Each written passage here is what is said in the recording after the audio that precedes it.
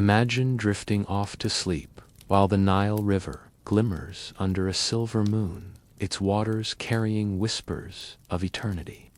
In the stillness of ancient Egypt, one name echoed louder than all others when it came to death and rebirth: Osiris. He was not just a god, he was the promise that life could rise again from the silence of the tomb. The Egyptians saw Osiris in the green shoots of barley after the flood, in the cycle of seasons, and in the eternal rhythm of existence. He was the king who had once ruled the earth, betrayed and slain, yet reborn as the eternal lord of the afterlife. His story was not simply myth, it was the heartbeat of Egyptian belief, the assurance that death was not an end but a doorway. Osiris embodied resurrection. To farmers, he was the fertile soil. To mourners, he was the hope of reunion. To priests, he was the ruler of the unseen realm, seated upon a throne in the hall of judgment, where every soul would one day stand. His crown was not of gold, but of eternity. His kingdom not of land, but of spirits. The Egyptians believed that through Osiris, the soul could transcend decay. His myth was a reminder that even in betrayal, even in death, there was renewal. He was the eternal cycle, the green after the flood, the dawn after the night. And so, as you drift deeper into this story, remember that Osiris was more than a god. He was the rhythm of life itself, the promise that no ending is final, and that every silence carries the seed of rebirth. If you love mythology and history from all cultures and forbidden ancient stories, subscribe, because this channel reveals the secrets behind every myth. And let me know from where you're watching. Hopefully not from inside a pyramid tomb, because internet down there is notoriously bad. And this is supposed to be a sleepy bedtime story, not a ghostly live stream.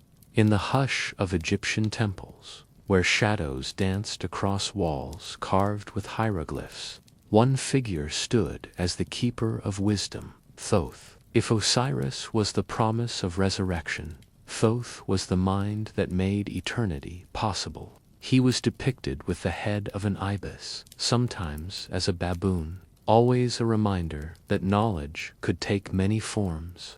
Thoth was not a warrior, nor a king, but something far more enduring, the divine scribe. He recorded the words of the gods, inscribed the laws of the cosmos, and ensured that truth was never lost. Every spell, every ritual, every judgment in the afterlife passed through his pen. Without Thoth, the universe would have been chaos. With him, it was order, measured and precise. The Egyptians believed that language itself was sacred, and Thoth was its master. To speak a word was to shape reality, and to write a symbol was to preserve eternity. He was the librarian of the divine, the one who kept the scrolls of power safe from decay. His wisdom stretched beyond mortals, guiding priests in their rituals and souls in their journeys. In the Hall of Judgment, Thoth stood beside Osiris, recording the weighing of the heart. He did not decide the fate of souls. That was Osiris's role, but he ensured fairness, inscribing the truth so that no injustice could slip through. His presence was a reminder that wisdom was not about control, but about balance, that every soul deserved its story to be told. There is a quiet humor in imagining Thoth, quill in hand, endlessly scribbling down the deeds of mortals, perhaps sighing at the sheer volume of human mischief. Yet his patience was eternal, for he knew that every detail mattered in the grand design. Thoth was more than a scribe. He was the embodiment of wisdom itself. His role in the afterlife was not just to record, but to preserve the rhythm of truth, ensuring that eternity remained in harmony. Through him, the secrets of life after death were not lost, but carried forward, waiting for those who sought them with reverence. In the golden sands of Egypt, death was not seen as a tragic ending, but as a sacred passage. To the Egyptians, life and death were two halves of the same eternal rhythm. Like the flood and retreat of the Nile, where other cultures feared death as a shadow, Egypt embraced it as a doorway, a continuation of existence into realms unseen. The sacredness of death was woven into every part of Egyptian life. Tombs were not simply graves. They were houses for eternity, carefully constructed to preserve the body and guide the soul. Mummification was not a morbid ritual, but a holy science, ensuring that the physical vessel remained intact so the spirit could recognize itself in the afterlife. Every bandage, every amulet, every prayer was part of a cosmic choreography designed to honor the sacred transition. Death was sacred because it was the moment when the soul met Osiris, the god of resurrection, and faced the truth of its life. Egyptians believed that the deeds of the living echoed into eternity, and so morality was not just about earthly harmony, but about preparing for judgment. To live in balance with Maat, the principle of truth and order, was to ensure that one's heart would be light when weighed against the feather in the hall of judgment. Priests taught that death was the great equalizer. Pharaohs and peasants alike would stand before Osiris, their hearts measured not by wealth, but by truth. This belief gave death a dignity that transcended social rank. Even the humblest farmer could hope for eternal bliss if he lived in harmony with Maat. There is a quiet humor in imagining Egyptians preparing for eternity with board games, jars of beer, and baskets of bread tucked into their tombs, as if the afterlife were a long journey requiring snacks and entertainment. Yet this detail reveals the depth of their belief. Death was not an end, but a continuation, and one must be prepared for the road ahead. For Egypt, death was sacred because it was the bridge to eternity. The moment when the soul stepped beyond the horizon and entered the care of Osiris and the guidance of Thoth, it was not feared, but revered, not avoided, but embraced. For in death lay the promise of renewal, the eternal cycle of life that defined the very heart of Egyptian civilization. The story of Osiris takes its most solemn turn with his first death, a moment that forever shaped Egyptian belief in the afterlife. Osiris was not only a king, but a symbol of harmony, ruling with fairness and embodying the fertile rhythm of the Nile. His reign was prosperous, his people devoted, and his presence a reminder that life itself was sacred. Yet even gods are not immune to betrayal. Set, his brother, grew restless in the shadow of Osiris's greatness. Jealousy festered like a hidden wound, and Set plotted with precision. He crafted a magnificent chest adorned with beauty, measured to fit Osiris perfectly. At a feast, Set presented the chest as a gift, declaring that whoever fit inside it would claim it. One by one, guests tried, but none matched its dimensions. When Osiris lay down, the chest closed around him like a trap. In an instant, Set and his conspirators sealed the chest, poured molten lead over it, and cast it into the Nile.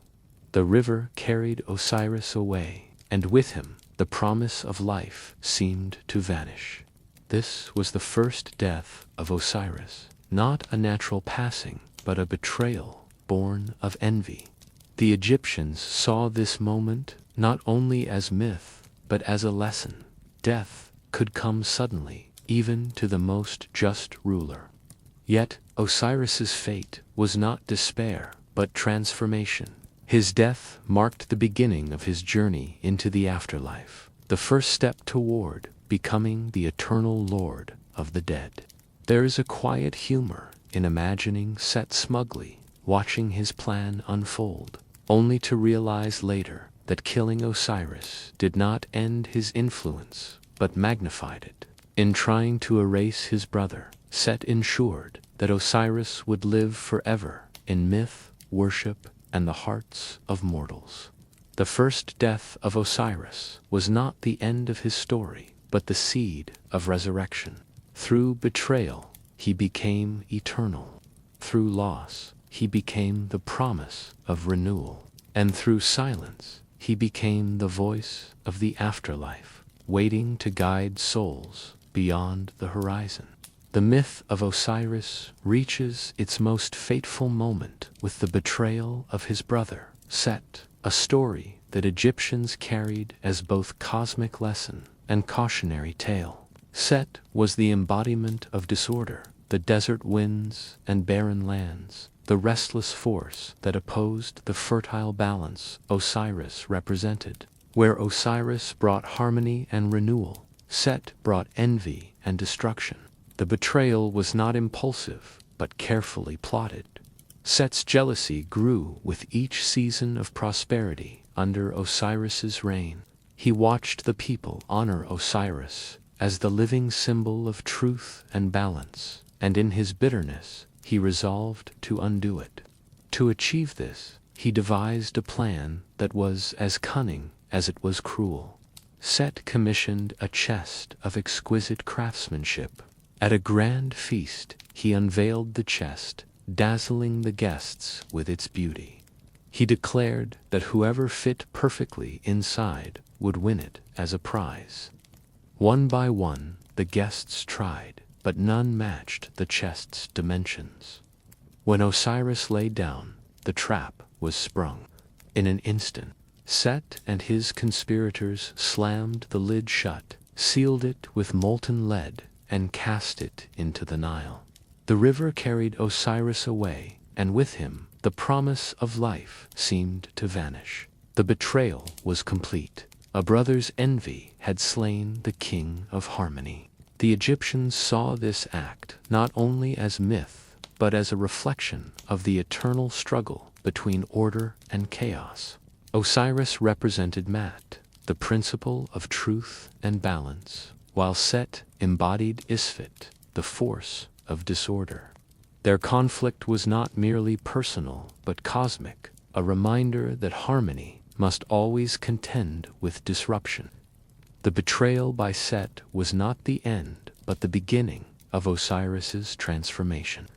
Through treachery, he became eternal. Through silence, he became the ruler of the afterlife. And through loss, he became the promise of renewal, guiding souls beyond the horizon. After the betrayal and death of Osiris, the story turns toward one of the most powerful acts of devotion in Egyptian mythology, the restoration carried out by Isis. She was not only Osiris's wife, but also a goddess of magic, motherhood, and protection.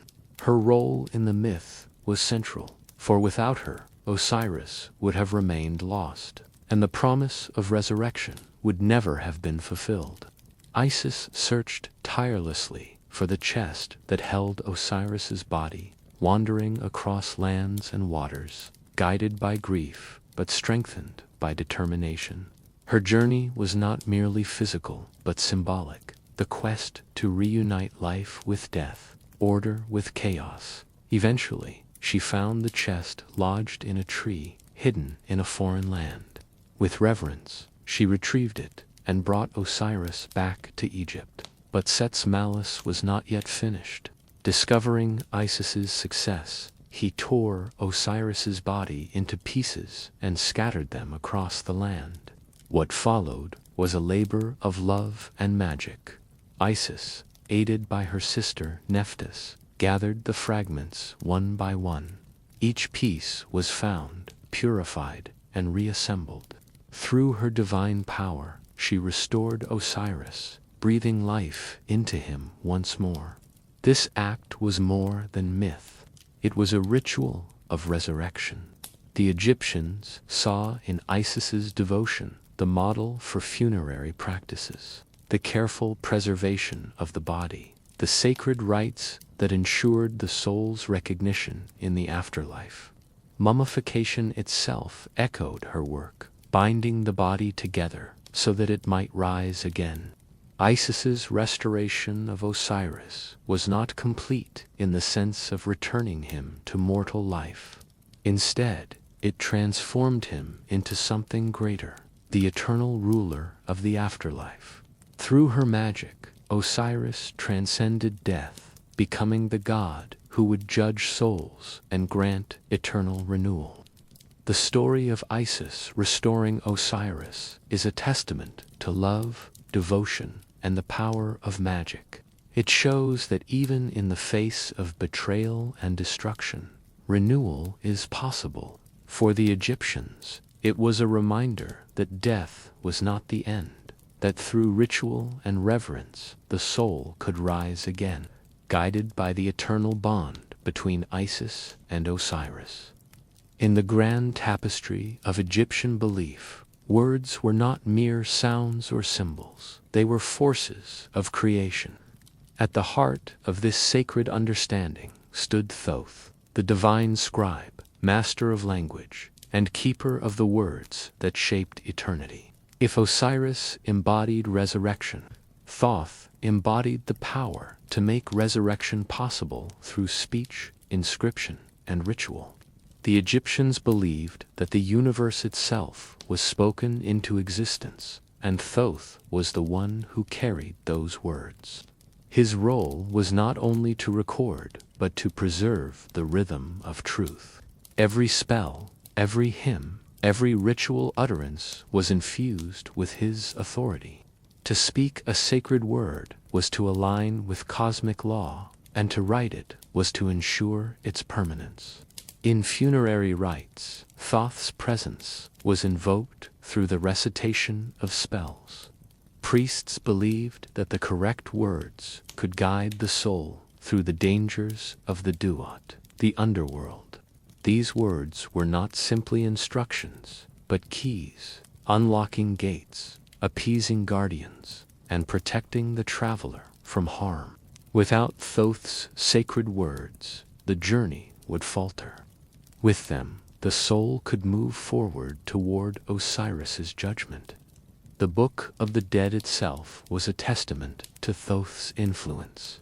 Its spells and hymns were echoes of his wisdom, carefully inscribed to ensure that mortals had access to the divine language. To read those words aloud was to summon Thoth's presence, to call upon the scribe of the gods to guide the soul. Thoth's sacred words were also tied to the principle of Mat, the balance of truth and order. Words could heal or harm, create or destroy, and so they were treated with reverence. To misuse them was to invite chaos. To honor them was to preserve harmony. The Egyptians saw Thoth as the bridge between thought and reality.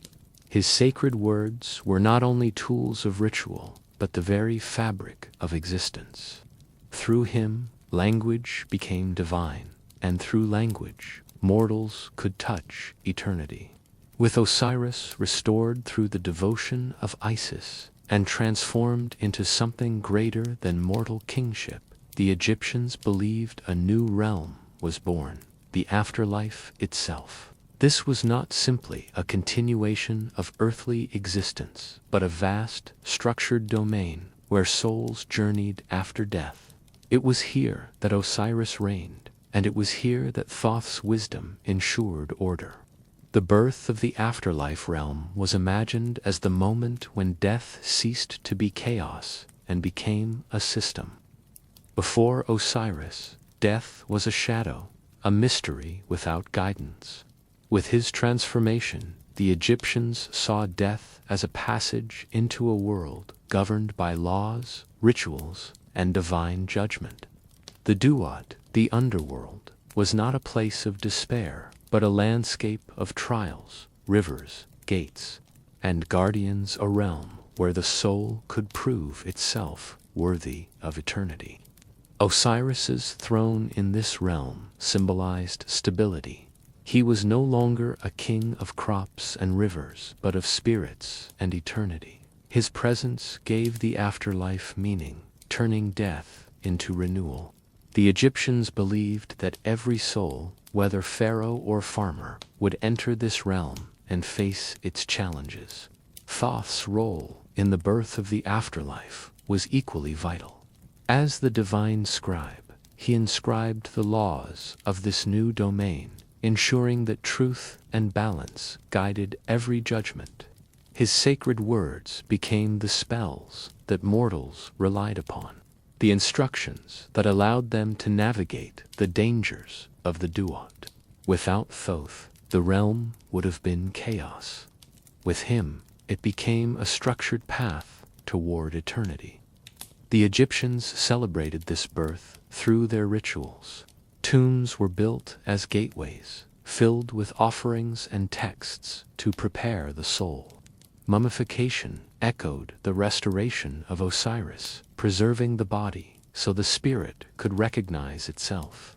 Every act of burial was a reenactment of the myth, a reminder that death was not an end, but an entry into the realm Osiris had created. The birth of the afterlife realm was more than myth. It was the foundation of Egyptian civilization's view of eternity. It gave meaning to life, dignity to death, and hope to every soul. Through Osiris and Thoth, the Egyptians believed that the unseen world was not chaos, but harmony. Not silence, but renewal. Not despair, but promise. With Isis's devotion restoring Osiris and Thoth's sacred words, preserving the balance, the myth reaches its turning point. Osiris's transformation into the eternal ruler of the afterlife. No longer a mortal king bound to the fertile lands of Egypt. He became the sovereign of the unseen realm, seated upon a throne in the hall of judgment. This moment was not simply a continuation of his earthly reign, but a profound shift in cosmic order. Osiris embodied resurrection, and his death and restoration gave birth to a new role, the lordship over the dead. He was the one who welcomed souls into the Duat, the underworld, and presided over their trials. His throne was surrounded by assessors, divine judges who represented the laws of the cosmos, ensuring that every soul was measured with fairness. The Egyptians believed that Osiris's presence in the afterlife gave death meaning.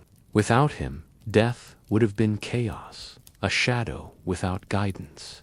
With him, it became a structured passage, a journey with purpose. His rule was not tyrannical, but just reflecting the harmony of man. Pharaohs and peasants alike stood before him, their hearts weighed against the feather of truth, their deeds inscribed by Thoth. Osiris's transformation into Lord of the Dead also reshaped Egyptian rituals. Tombs became gateways to his realm, filled with offerings to honor him and texts to prepare the soul for his judgment. Mummification echoed his restoration, preserving the body so the spirit could recognize itself when standing before his throne. Every burial was a reenactment of his myth, a reminder that death was not an end but a meeting with Osiris. His lordship was eternal. Unlike mortal kings, whose reigns ended with time, Osiris ruled forever, ensuring that the cycle of life, death, and rebirth continued. He was the promise that the righteous would find peace, that the soul could transcend mortality, and that eternity was not silence, but renewal. The Egyptians revered Osiris not only as a god, but as the guardian of their destiny. To live in harmony with Mat was to prepare for his judgment, and to honor him was to embrace the eternal rhythm of existence. Through betrayal, restoration, and transformation, Osiris became more than a myth. He became the eternal lord of the dead, guiding souls beyond the horizon. The Egyptians imagined the afterlife not as a vague mist or endless void, but as a vast and intricate realm known as the Duat. This underworld was the stage upon which every soul's journey unfolded, a landscape filled with rivers, caverns, gates, and guardians. It was both terrifying and magnificent, a place where the living could only glimpse through myth and ritual, yet where the dead were destined to travel. The Duat was not a single location, but a series of regions, each with its own challenges. Souls passed through winding paths, crossed lakes of fire, and encountered fearsome beings who tested their courage. These trials were not meant to punish, but to reveal the truth of the soul. Only those who carried the wisdom of spells, prayers, and the guidance of Osiris and Thoth could navigate safely. At the heart of the Duat lay the Hall of Judgment, where Osiris sat upon his throne. Here, the soul's heart was weighed against the feather of Mat, the principle of truth and balance. The journey through the Duat was preparation for this moment, a passage through chaos toward the possibility of eternal order. The Egyptians filled their tombs with maps and texts to guide the soul through the Duat, the Book of the Dead, described the gates, the guardians, and the words needed to pass. Each spell was a key, each hymn a shield, ensuring that the traveler could move forward without faltering. The Duat was dangerous, but it was not hopeless. It was a realm designed to test, not to destroy. Symbolically, the Duat reflected the cycle of the Nile and the cosmos. Just as the river flooded and receded, just as the sun set and rose, so too did the soul journey through darkness toward renewal. The Duat was the cosmic mirror of life itself, a reminder that death was not an end, but a passage. Through Osiris's rule and Thoth's wisdom, the Duat became more than myth. It was the structured vision of eternity, a realm where truth triumphed over chaos, where the righteous found peace, and where the eternal cycle of life, death, and rebirth was preserved. At the very center of Egyptian belief in the afterlife stood one of the most solemn and awe-inspiring rituals, the weighing of the heart. This was not a metaphor, but a vivid ceremony imagined to take place in the Hall of Judgment, where Osiris presided as Lord of the Dead. Every soul, regardless of status in life, would face this trial, and its outcome determined whether eternity would be bliss or oblivion. The Egyptians believed the heart was the seat of memory, conscience, and truth. Unlike the brain, which they considered less important, the heart carried the record of a person's deeds. It could not lie, for it was the witness of one's life. When the soul entered the Hall of Judgment, the heart was placed upon a scale, balanced against the feather of Mat, the divine principle of truth, justice, and cosmic order. Osiris sat upon his throne, watching with calm authority, while Thoth stood nearby, recording every detail with his sacred pen. The goddess Mat herself was present, her feather gleaming as the standard of purity. Anubis, the jackal-headed god of embalming and protector of the dead, guided the soul to the scales, ensuring the ritual was performed with precision. If the heart was light, balanced with the feather, it meant the soul had lived in harmony with Mat. Such a soul was declared righteous and allowed to pass into the blissful fields of eternity, where Osiris ruled. If the heart was heavy, weighed down by lies, cruelty, or imbalance, the fate was grim. The monstrous Ammit, part lion, part crocodile, part hippopotamus, waited beside the scales, ready to devour the heart of the unworthy. This was the dreaded second death, the obliteration of the soul, denied any chance of rebirth. The weighing of the heart was more than myth. It was a moral compass for the living. Egyptians believed that every action mattered, that truth and justice were not only earthly virtues, but eternal necessities. To live dishonorably was to risk annihilation. To live in balance was to secure eternal life. Tombs and papyri often depicted this scene, showing Osiris enthroned, Thoth inscribing, Anubis guiding, and Ammit lurking. These images were not just art, but reminders to the living. Prepare your heart, for it will one day be weighed. The ritual captured the essence of Egyptian spirituality. Death was not feared as chaos, but respected as judgment. The weighing of the heart ensured that eternity was not random, but just, that the righteous would find peace, and that truth would always triumph over falsehood. At the heart of Egyptian spirituality stood Mat, the goddess and principle of truth, balance, and cosmic order. Her symbol, the feather, was more than a delicate plume. It was the standard by which every soul was measured in the afterlife. The feather of Mat represented purity, justice, and the eternal harmony that bound the universe together. In the Hall of Judgment, the feather was placed upon one side of the scales, while the heart of the deceased rested on the other. This was no ordinary comparison. It was the ultimate test of a life lived in balance. If the heart was as light as the feather, free from lies and corruption, the soul was declared righteous and allowed to pass into eternal bliss. If heavy, weighed down by dishonesty or cruelty, the soul faced annihilation. The feather was not simply a tool of judgment, but a guiding principle for the living. Egyptians believed that to live in accordance with Ma'at was to ensure peace in both life and death. This meant honesty in speech, fairness in action, respect for the gods, and harmony with nature. Pharaohs were seen as guardians of Mat, responsible for maintaining balance in society and the cosmos. Depictions of the feather often appeared in tombs and papyri, reminding mortals of its significance. It was a symbol of hope, for those who lived truthfully could trust that their hearts would be light.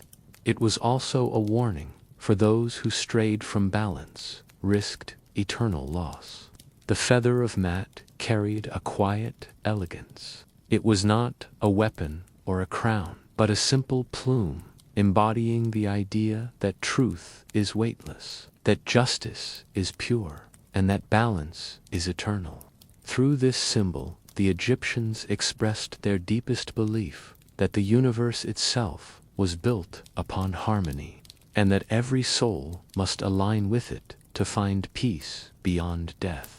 After the perilous journey through the Duat and the solemn weighing of the heart, the soul faced its ultimate trial, judgment before Osiris. This was the decisive moment, the culmination of a lifetime's deeds, where truth and balance determined whether eternity would be granted or denied. The Hall of Judgment was imagined as a grand chamber, illuminated by divine presence. Osiris sat enthroned, serene yet unyielding, embodying the eternal law of Mat. Around him stood 42 divine assessors, each representing a principle of truth. The soul was required to make a negative confession, declaring innocence of sins before these judges. I have not stolen, I have not lied, I have not caused pain. These declarations were not empty words, but affirmations of a life lived in harmony with cosmic order. Thoth, the divine scribe, recorded every word and every outcome, ensuring that the trial was fair and eternal. Anubis guided the soul to the scales, while Mat's feather gleamed as the measure of truth. If the heart was light and the confessions sincere, Osiris declared the soul justified, granting passage into the blissful fields of eternity. But if the heart was heavy, weighed down by falsehood and imbalance, the soul was condemned. Amit, the devourer, waited to consume the unworthy, erasing them from existence. This fate was feared above all, for it meant the second death, the loss of identity, memory, and hope. Judgment of the soul was more than myth. It was the moral foundation of Egyptian life. It reminded the living that every action mattered, that truth was not only a virtue but a necessity for eternity. To live dishonorably was to risk annihilation. To live in balance was to secure everlasting peace. Through this ritual, the Egyptians expressed their deepest belief that death was not chaos but justice, that eternity was not random but earned, and that Osiris, Thoth, and Mat together ensured that the soul's destiny was always measured by truth. The Egyptians believed that the soul was not a single entity, but a complex union of different aspects. To understand the afterlife, one must understand the Ba, the Ka, and the Ak, three sacred components that together defined the essence of a person. The Ba was the personality, the unique spirit that made each individual distinct. Often depicted as a bird with a human head, it symbolized mobility, able to leave the tomb and travel between the worlds of the living and the dead. The Ba carried memories, emotions, and individuality, ensuring that the soul retained its identity even after death. The Ka was the vital essence, the life force that animated the body. It was believed to be born with a person and to remain after death, requiring sustenance. Offerings of food and drink in tombs were meant to nourish the Ka, ensuring it remained strong in the afterlife. Without the Ka, the body was lifeless. With it, existence continued beyond death. The Ak was the transformed eternal self, the perfected union of Ba and Ka after successful judgment. It represented the soul's ability to live eternally among the gods, shining like a star in the heavens. The Ak was not bound to the tomb or the earth, but free, radiant, and eternal, embodying the highest state of existence. Together, these three aspects explained the Egyptian vision of the soul. The Ka gave life, the Ba gave individuality, the Ak gave eternity. This triad revealed why Egyptian funerary practices were so elaborate. Tombs were stocked with offerings for the Ka, decorated with images to guide the Ba, and inscribed with spells to help the soul become an Ak. Death was not the end, but a transformation, a journey from life force to individuality to eternal radiance. The Egyptians saw the soul as layered, complex, and sacred. To honor the Ba and Ak was to honor the fullness of existence, ensuring that the journey through the afterlife was complete and that the soul could shine forever in the company of the gods. Among the most iconic treasures of ancient Egypt was the Book of the Dead, a collection of spells, hymns, and instructions designed to guide the soul safely through the afterlife.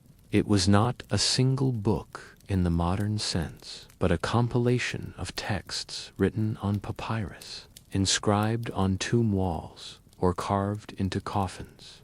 Each version was tailored to the deceased, ensuring that their journey through the Duat was secure. The Book of the Dead served as a map and manual for the soul. It contained spells to overcome obstacles, appease gods, and protect against dangers in the underworld. Its ultimate goal was to help the deceased pass the weighing of the heart and enter the fields of eternity. The texts included negative confessions, where the soul declared innocence of sins before Osiris and the 42 judges.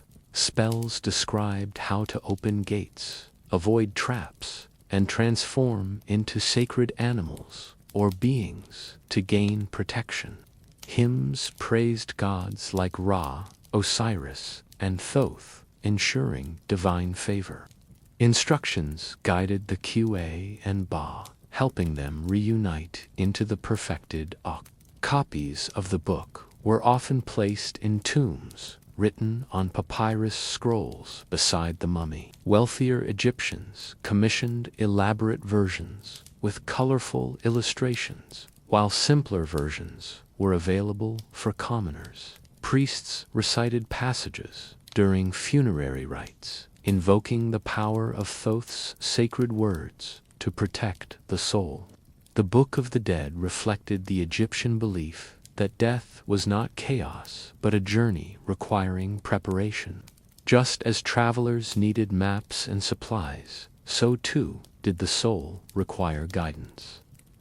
The texts symbolized the union of myth, ritual, and hope, a promise that with knowledge and truth, the soul could overcome darkness and achieve eternal renewal. The Book of the Dead was more than literature. It was a lifeline.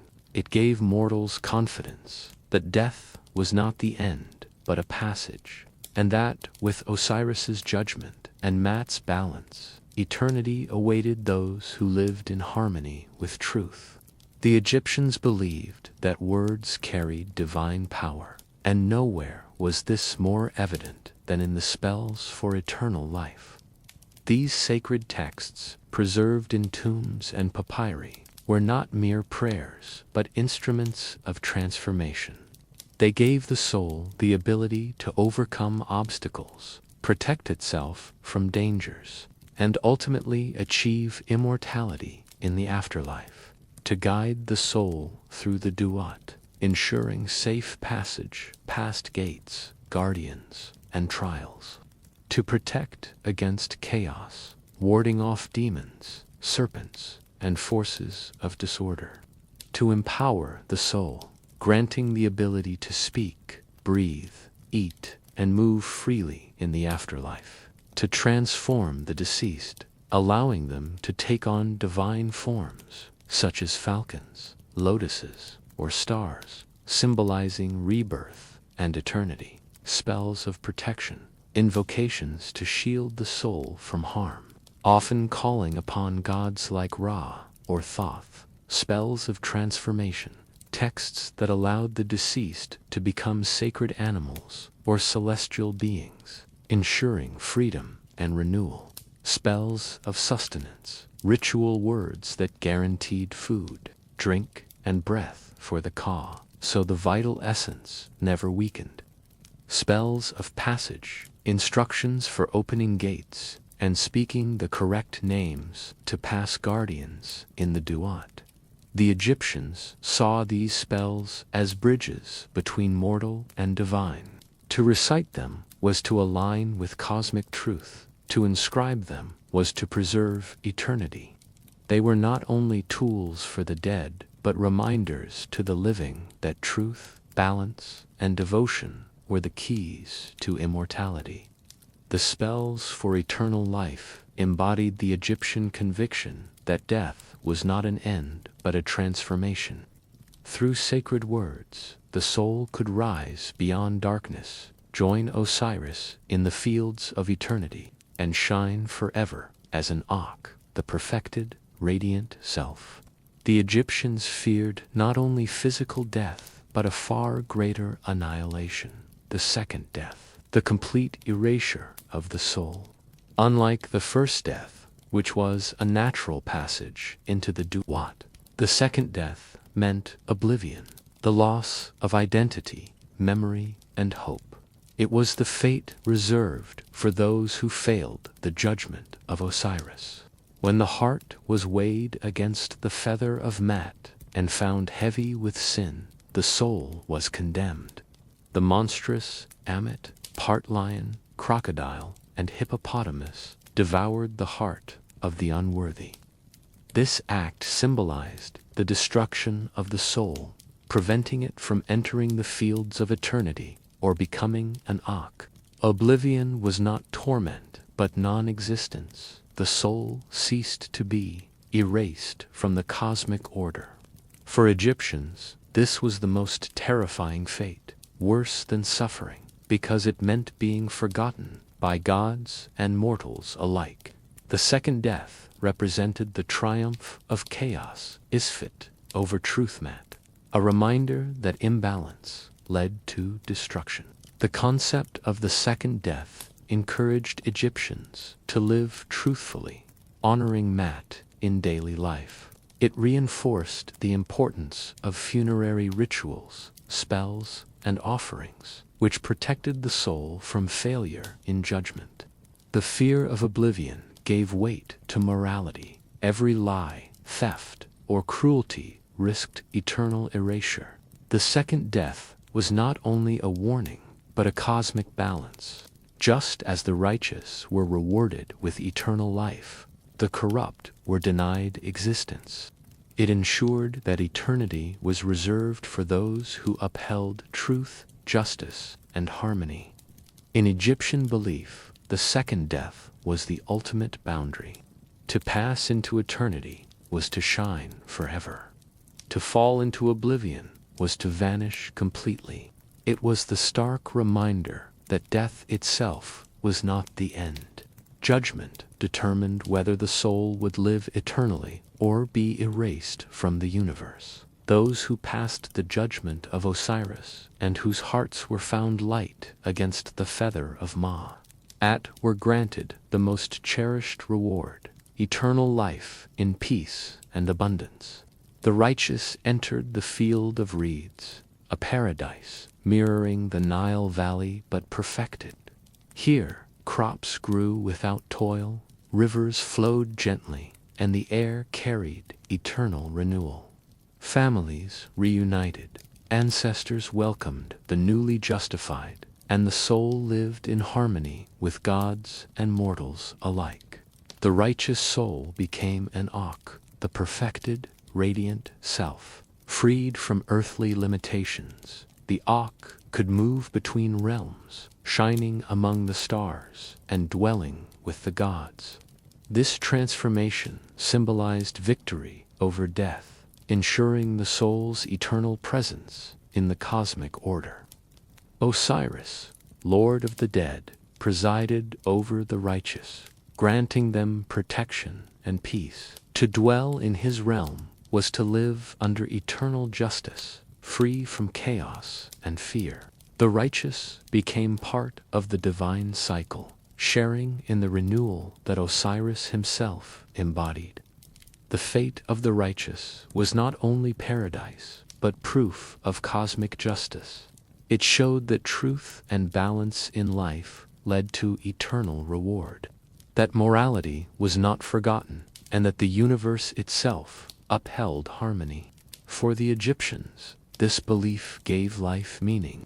To live honorably was to prepare for eternity.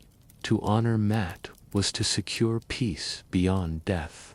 The fate of the righteous was the promise that death was not an end, but a passage into everlasting renewal, where the soul would shine forever in the company of gods and ancestors.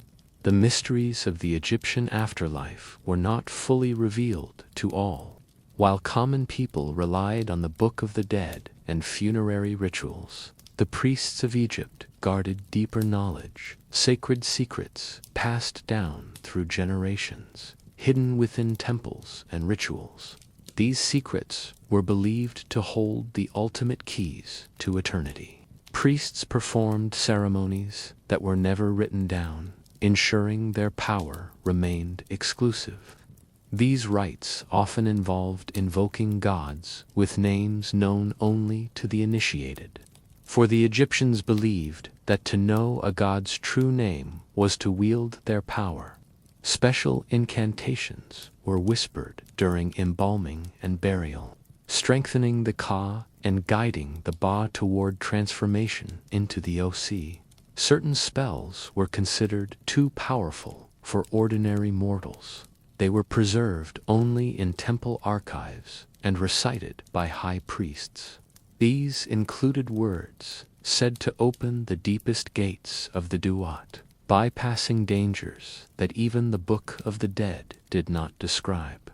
Priests also knew the hidden names of Osiris and Ra, names that symbolized divine essence and were believed to grant mastery over death itself. Priests used amulets and talismans consecrated with secret rituals. These objects were placed within wrappings of the mummy, unseen by the living. Each amulet carried protective power, from the Eye of Horus to the Scarab of Rebirth, but their true activation required priestly knowledge. The placement and blessing of these items were carefully guarded traditions, ensuring that only the initiated could prepare the dead fully. Secrecy was not meant to exclude, but to protect. The Egyptians believed that divine power, if misused, could bring chaos. By entrusting these mysteries only to priests, they ensured that the balance of Mat was preserved. The priests became guardians of eternity, mediators between mortals and gods, keepers of the hidden words that sustained the universe. The secrets known only to priests remind us that the Egyptian vision of the afterlife was layered. What the common person knew was enough to inspire hope, but behind the veil lay deeper mysteries, rituals, names, and powers that only the initiated could wield. These secrets ensured that the journey of the soul was not only guided, but safeguarded, hidden within the silence of the temple. The sacred wisdom of the Egyptian afterlife, the spells, the rituals, the names of gods, was never freely given to all. Much of it was deliberately concealed, entrusted only to priests and initiates.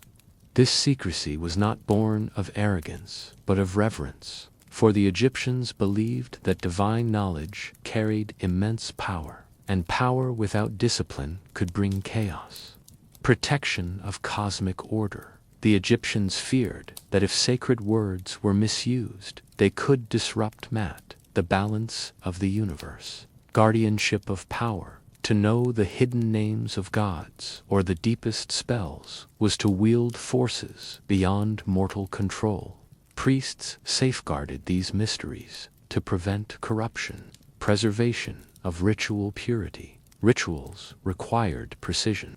If performed incorrectly, they could harm rather than help. Secrecy ensured that only the trained could enact them properly. Mystery as devotion.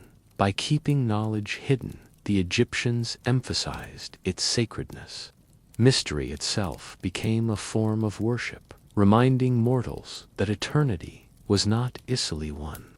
The hidden knowledge reflected the Egyptian view that eternity was layered. Ordinary people were given hope through the Book of the Dead and funerary rites, but behind the veil lay deeper truths, secrets that only priests could wield to safeguard the soul's journey. This division ensured that the afterlife remained both accessible and mysterious, a balance between human devotion and divine power. And so, the story of Egypt's hidden wisdom reminds us that not all truths are meant to be spoken aloud. Some are whispered in temples, guarded by silence, and carried only by those chosen to protect the balance of the cosmos. The journey through Osiris's realm, the spells of Thoth, and the secrets of the priests all weave together into a vision of eternity, one that is both revealed and concealed, both known and hidden. As the night deepens, let these ancient mysteries rest quietly, like stars above the Nile.